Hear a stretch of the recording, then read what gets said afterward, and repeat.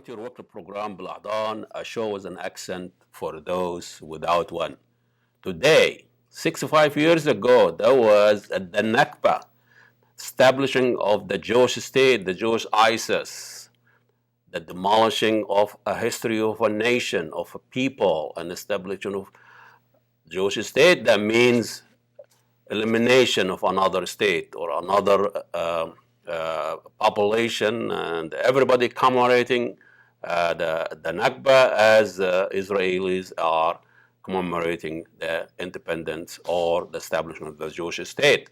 Egypt, the Sisi is commemorating the Nakba by issuing in his court, checkbook judge are issuing a death penalty on the first democratically elected civilian president in the history of Egypt.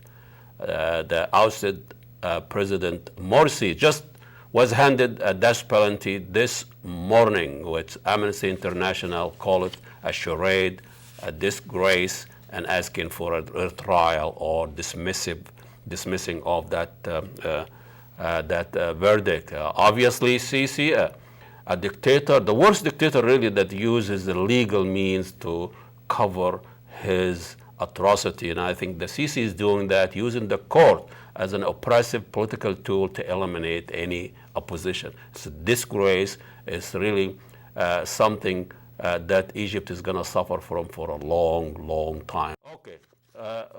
We're moving on to a local news. We all heard about the 6 Somali young men that they were arrested and declared on national media by a press conference from the U.S. Attorney Andrew Lugar that we have a recruiting problem, and then we found out that one of the people who really spilled the beans for this, there was a paid informant from the Somali community that was paid $1,300 to inform on this young man and entrap them.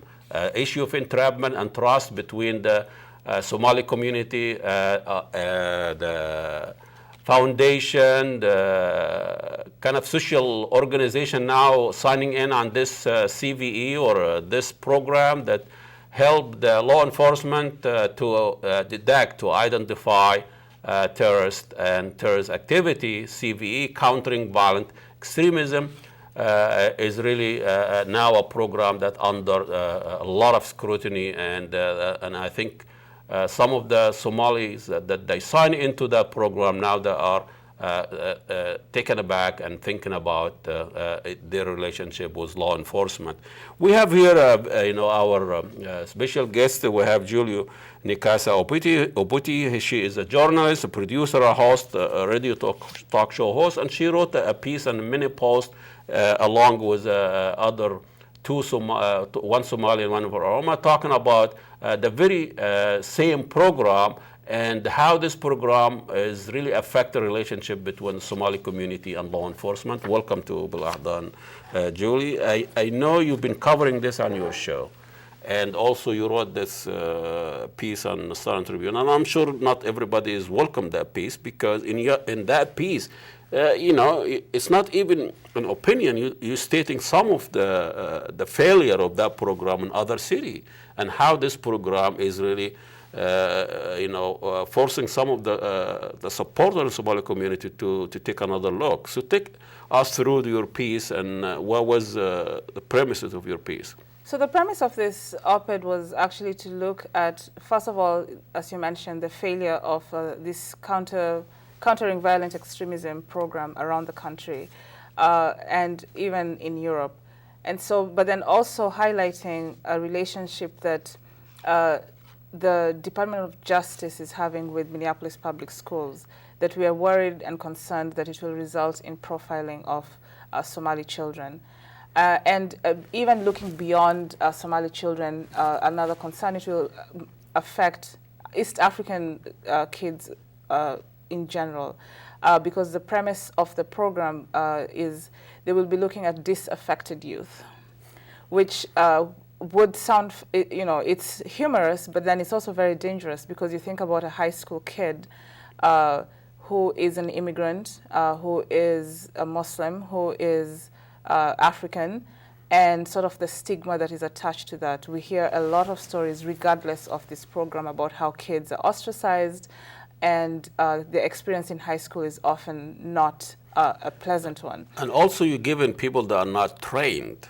Correct. To deal with a teacher, an imam, Correct. to look at those things. You're giving them like a law enforcement kind of a role. Well, that's Right. not the role of imam or teacher. Correct. And also, there is danger for abuse, because what's to say if one teenager is upset at his friend because, you know, Yeah. for whatever reason, and then in the end ends up telling on them, and then there's this research, there's this investigation. And the other thing that I really want us to think about that this piece did not touch is the relationship that law enforcement has with communities of color.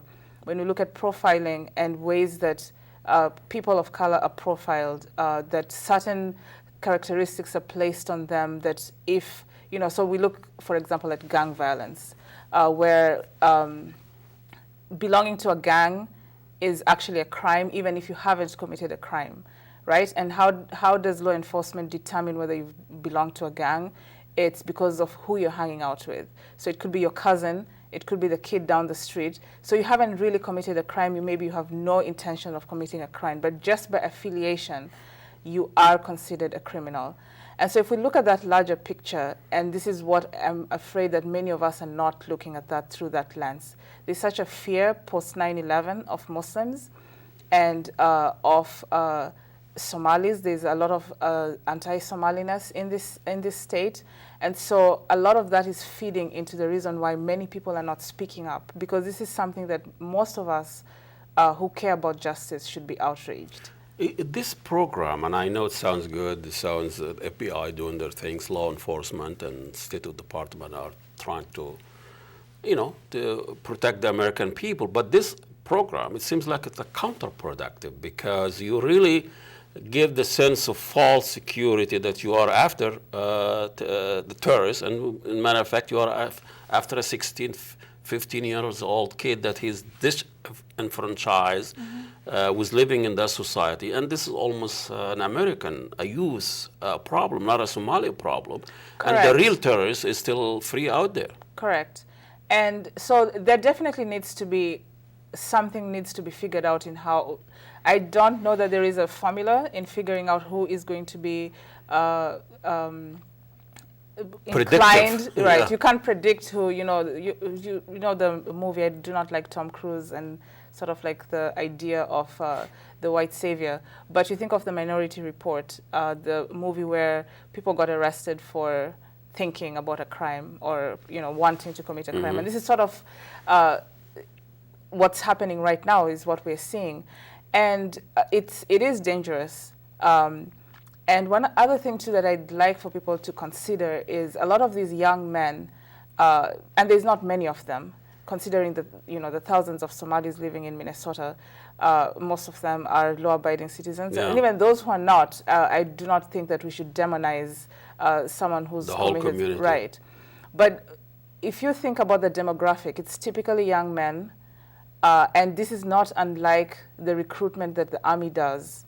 Who does the Army look to when they want to recruit people for the military? It's typically young men of around 17 years old, 18, 19.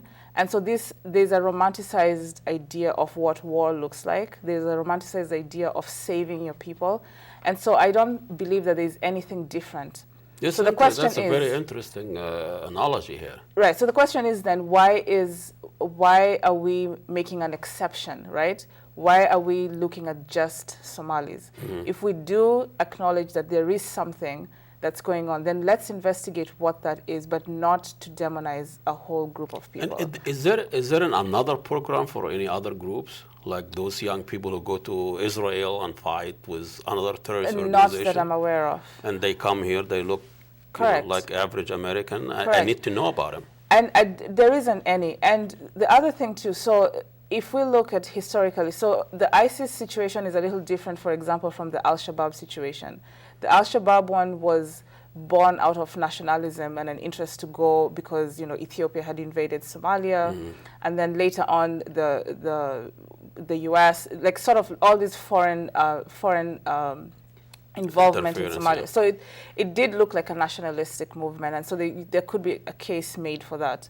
With ISIS, it's not so clear what it is that is appealing to these young men, and even the ones who've been arrested, unfortunately, we don't even know.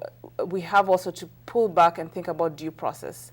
We have to think about Guantanamo Bay and how many Americans or non-Americans have been held there based on flimsy evidence, sometimes nothing. Some of them have been released and we find out that they've been there for years. And because of these assumptions and because of the public's reluctance to come to their defense because of this, you talked about this false sense of security, then it becomes dangerous if we don't pay attention to that, if we don't advocate. We're talking about right now in our consciousness, a lot of us, is the Black Lives Matter movement. We're coming to the defense for a lot of young black men who are being killed. And a lot of the rhetoric coming back to us is, well, they're criminals. He committed a crime. He stole this. He did this. He's a thug. Rights. Right. But when you think about this is, okay, so what if he stole A Twinkie. A Twinkie or $500? Does that mean that he needs to be executed on the streets? I mean, and so it's that sort of same idea that when we reduce someone to a thug. But this is happening from a special group. You can see the conservative right-wing media have a different narrative. And the white, also when you see most of the things they support the police brutality and retaliation, find from the white community. I mean that they still look at those young kids as thugs, as so it's still a two-state solution there. Right, and so I do think yes, there is parts that is right-wing conservative media that's pushing this narrative. But there's a racism. There's a racism, and this racism also exists in so-called progressive media. So I don't know where the Star Tribune falls on this spectrum. They're definitely conservative. But one of the things that you and I have talked a lot about is the use of language, right? Yeah. So if we see CNN is not right-wing conservative, but they are apparently... It's falling there. Right. So, but I think that liberals or progressives, whatever we want to call them, have this we have this, because they're not branding, they don't have the KKK flag, they don't call you names, they don't do all these things. But the same narrative. They do have the same narrative. You see about the language that they use. So we've talked about riots, where it is an uprising. Yeah. We'll talk about how constantly there's this question. Just a few days ago, a 10-year-old was tased. Paper spray, yeah. Yeah, paper sprayed, yes.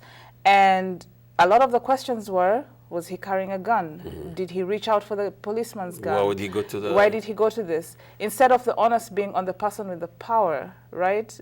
That this young kid should be able to walk in downtown Minneapolis safely. He doesn't get attacked by... The benefit of the doubt as somebody. And a 10-year-old. So it's either the 10-year-old or the mother's fault. Right? So we are never going to get into a relationship with them that's on equal footing. No. We have to reimagine what those relationships look like, and they definitely do not exist right now. And if someone comes with a program that's already developed and then claims that it's community-led, then we also have to think about what sort of narrative they're trying to create. They're running around looking for money and saying, yes, exactly, we have people from the community supporting us. But public spaces, when you think about the Mall of America and the idea that... Right. It's first of all, it's on. It's on. We pay the money, land, don't we? right? Reflections of New Minnesotans, and it's on AM 950. And it comes every Saturday, right at 2 o'clock. 2 o'clock. And wonderful. I've been there a few times. Well, thank you so much. We'll break away for a few minutes. I will come back here. Assalamu alaikum, and God bless you all.